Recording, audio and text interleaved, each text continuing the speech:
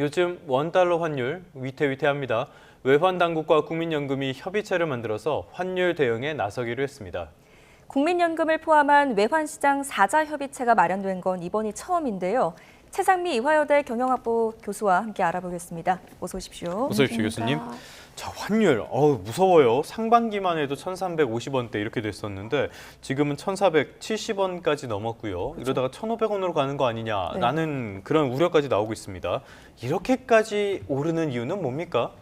이게 이제 뭐 핵심은 글로벌하게 달러가 강세다. 이게 핵심인 것 같아요. 미국이 지속적으로 금리를 내릴 거라고 생각을 했는데 상반기에는 지금 생각보다 고금리가 장기화되고 있거든요. 그래서 전 세계 자금이 이제 달러로 쏠리는 현상이 나타나고 있습니다. 그래서 거기다가 또 한국 특유의 이제 그 리스크 프리미엄이 있거든요. 그래서 이게 뭐 이제 중국이 경기가 좀 둔화됐고 상반기에 비해서 또 위험해가 약세가 되고 있는 데다가 중동도 아직 긴장 상태잖아요. 그러니까 이제 자금이 위험 회피로 이제 움직이고 있는 거죠. 그래서 원 달러가 조금 더 이제 민감하게 작용을 하고 있고요. 또 이제 또 안에서 보면은 우리나라 자본이 해외로 이동하는 구조가 굉장히 커지고 있거든요. 연기금도 그렇고 보험사도 그렇고 외부의 그 이제 그 대외 투자 확대도 계속 지속적으로 하고 있고 또 외국인이 또 국내 주식에서 차익을 실현해서 계속 빠져나가고 있잖아요. 그래서 경상수지가 지금 흑자임에도 불구하고 결과적으로는 지금 자본이나 금융예정 쪽에서는 워낙 약세 압력이 커지고 있다 이렇게 분석이 됩니다. 네, 전통적으로는 무역 흑자가 크면 달러가 많이 들어오니까 원화가 강세가 되면서 환율은 하락하는 게 공식적이었잖아요. 그런데 요즘엔 또 통하지 않는 이야기인 것 같습니다. 그 과거의 이제 경험치에 근거한 얘기다 이렇게 얘기가 되는데 왜냐하면 흑세다 그러면은 이제 그 강세 우리나라 이제 그 달러가 많아지고 되고 그럼 원화 강세된다 이건 언제까지 이제 수출하고 무역 중심의 환율.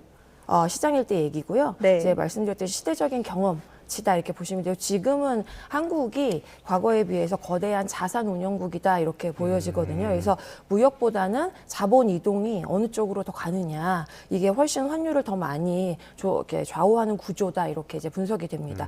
그래서 경상수지가 흑자라고 하더라도 국민연금이나 보험이나 자산운용사 또 우리나라의 또 투자자들이 해외 주식하고 채권을 계속 사게 되면 그만큼 달러를 또 사야 되잖아요. 이런 부분도 있고 외국인이 또 국내 주식을 얼마만큼 사느냐 이걸 팔고 또 이제 그 해외로 가지고 나가면 이것도 문제고 우리나라 또 흑자 이제 수출 구조도 보면은 대기업하고 반도체 중심이거든요. 그래서 팔고 달러를 국내로 바로 들여오지 않게 되면은 해외에 쌓아놓게 되면은 이제 시장에 달러가 풀리는 이런 효과가 많지 않기 때문에 통계상으로는 달러는 매우 충분한데 결과적으로 환율은 높은 이런 비정상적인 이제 괴리가 나타난다 이렇게 보여집니다. 누가 그런 말씀하시더라고요. 우리나라가 워낙 주식 거래량이 많다 보니까 외국인들이 우리나라를 ATM처럼 생각하는 것 같다라는 이야기도 해서 자금이 많이 빠져나가는 거를 이런 식으로 표현도 하던데요. 자, 아무튼 여러 가지 이유가 있고요. 고환율 압박은 굉장히 거센 상황입니다. 우리 기업들 또 비상 상황이 됐어요. 그렇죠. 이게 확실히 또 이제 많이 영향을 받는 기업들이 국내 그러니까 매출이 국내에서 일어나는 내수 기업들. 왜냐하면 핵심 원자료를 해외에서 사오고 수입에 의존하고 그다음에 판매한 대가는 또 원화로 받거든요. 그러면 환율이 오를수록 원가랑 이자 비용이 동시에 튀잖아요. 그래서 업종별로는 다르지만은 보면 정유, 화학, 그다음에 항공, 유통, 식음료 이 부분에서는 원달러가 한 10원 상승하면 연간 수십억에서 수백억 수준의 비용 증가를 추정하는 회사들이 굉장히 많습니다. 그래서 산업 전체로 보면은 조단위 부담으로 이루어질 수 있다. 그래서 환해지를 잘 해뒀으면 사실 단기 충격은 줄일 수 있는데 만기가 돌아가면 더 비싼 환율로 또 해지를 해야 되니까 장기적으로는 좀 마진이 깎일 수밖에 없고요. 이 비용이 최종적으로 소비자한테 다가오게 되니까 전가가 되니까 물가가 지속적으로 상방할 수 있는 압력이 되고요. 다시 내수 위축이 될 수 있으니까 이게 고환율이 장기화되면은 한국 전체 경기에 아주 큰 부담이 누적될 거라 보일 수 있죠. 네, 환율이 급격하게 치솟고 있다 보니까 정부에서 나섰습니다. 기획재정부, 보건복지부, 한국은행, 이번에 국민연금까지 껴서 4자 협의체 구성이 됐는데 이거 처음이죠? 네, 이게 이제 처음인데 기존의 상황 점검을 하겠다를 넘어가지고 재정통화연금 운영을 이제 한 테이블에 올렸다. 그래서 상시협의체 성격이라는 점에서 이제 의미가 크다고 보여지고요. 네. 아시다시피 이제 1997년 IMF 때, 그다음에 2008년의 금융위기 때는 이제 한은하고 재정하고 금융당국이 대책회의를 했단 말이죠. 예. 근데 이제 지금은 환율이 1,500원대를 넘기기 전에 뭔가 선제적으로 공조를 하겠다 뭐 이런 신호를 줬다라는 점이 좀 다르다고 보이고요.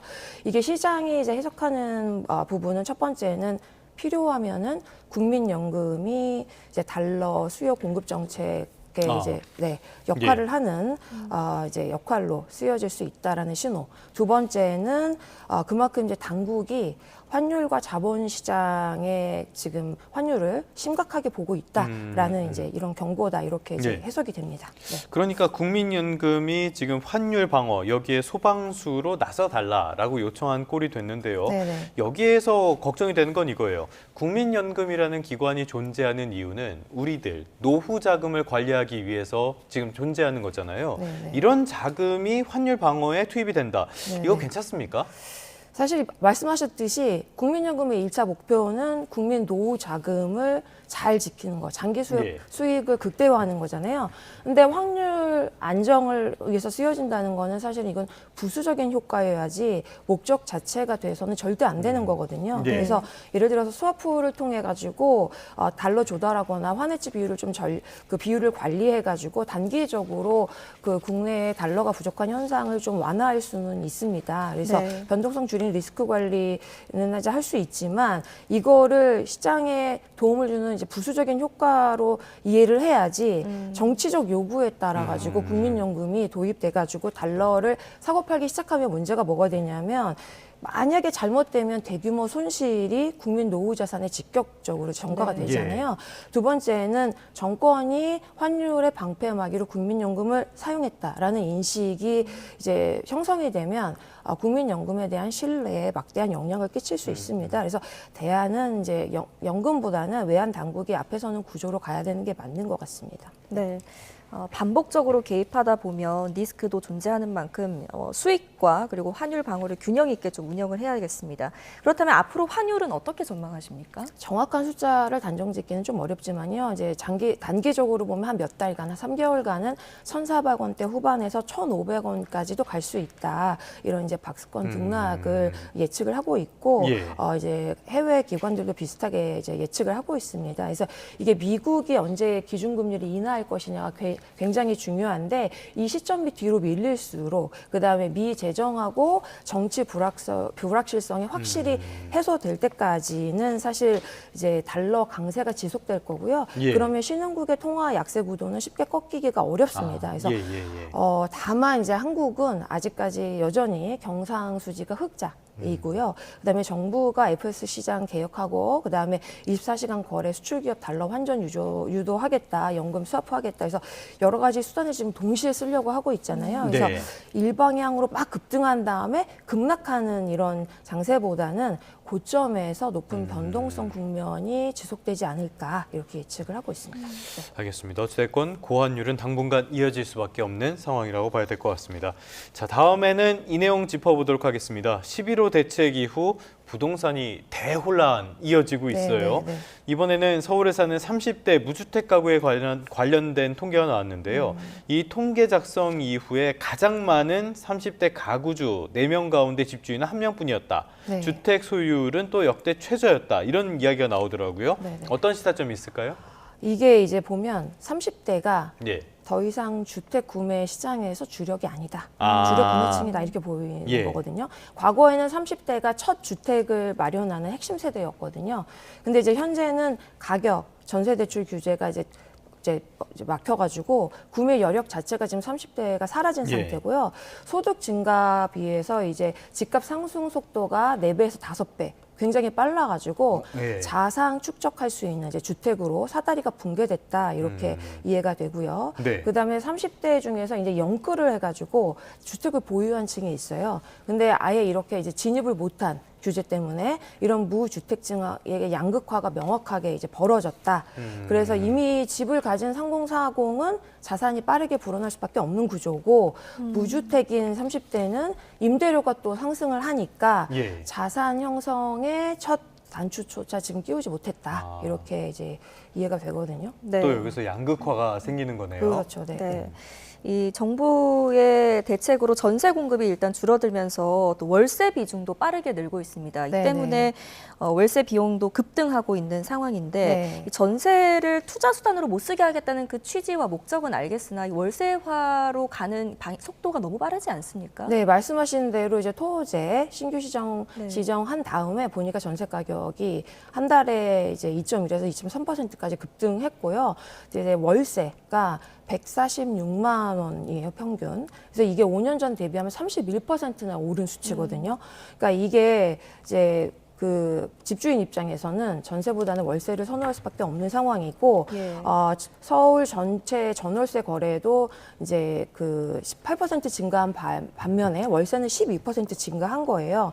그래서 이게 이제 매매가 제한되고 이에 따라서 임대 시장이 과열되는 전형적인 이제 정책 수요가 전개가 예. 됐다. 그래서 허가구역 지정으로 이제 결과적으로 매매 자체가 어려워지니까 매수 대기 수요가 그대로 전월세 시장으로 전이되는데 투기를 막겠다는 정책이 임대 시장의 가격 상승이라는 부작용을 즉각적으로 유발했다 이렇게 보이거든요. 예.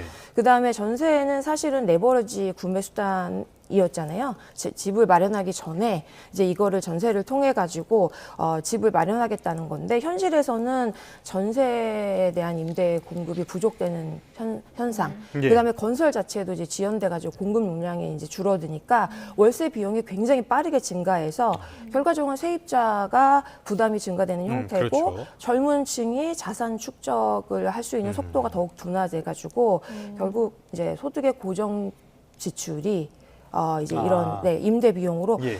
비자식에 커진다 이런 이제 부작용이 나타난 거죠. 네. 소비도 줄어들 수밖에 없겠네요. 그렇죠. 네. 알겠습니다. 전세난은 두 가지를 이야기를 합니다. 전세를 구하지 못하는 거, 전세값이 오르는 거. 그런데 두 현상이 지금 동시에 나타나고 네. 있는 그런 네, 상황인데 맞습니다. 실수요자들에게 타격이 되는 거, 이게 정책의 목표였는지 좀 참 안타까운 마음이 많이 듭니다. 자, 이번 11호 대책 이후에 계약이 이루어진 아파트 쭉 보면요. 전월세 40%가량이 재계약이었다고 해요. 이런 것들도 더 전세 물량 감소에 영향을 미치고 있는 것 같고요. 주거비 부담 더 커질 것이다 라는 우려도 나오고 있는데 교수님께서는 전망을 어떻게 하십니까? 앞으로 이제 시장 자체는 공급이 이제 충분치 않으면. 근데 지금 보면은 수도권의 인구는 지속적으로 늘고 있는 상황이거든요. 근데 보면 그 공급은 실제 많이 줄고 있습니다. 그렇죠? 그래서 예. 수도권 입주 물량 보면 약 14만 가구 정도, 뭐 내년 예상은 10만 가구 정도로 약 28% 줄 거라는 예상이 있어요. 예. 그리고 이제 일부 전망 보면 8만 가구 이하까지 2026년에 축소 가능하다. 근데 말씀드렸듯이 인구 순유입은 6천에서 8천 명 수준으로 증가하고 있습니다. 그러면 공급은 줄고 수요는 유지되니까 전 월세 상승 압력은 구조화됐다. 지속적으로 올라갈 거다. 그래서 집값은 더 올라가고 그다음에 주거 비용은 상승하고 관련돼 가지고 또 소비 여력은 둔화되고 이제 이런 게 이제 고착화되고 구조화되지 않을까 이렇게 보고 있습니다. 네, 이런 현상들을 정부가 잘 모니터링해서 정책 설계할 때 임차인들의 주거 안전성을 좀 많이 고려해야 되겠다라는 생각이 듭니다. 여기까지 듣겠습니다. 최상미 이화여자대학교 경영학부 교수와 함께했습니다. 잘 들었습니다. 잘 들었습니다.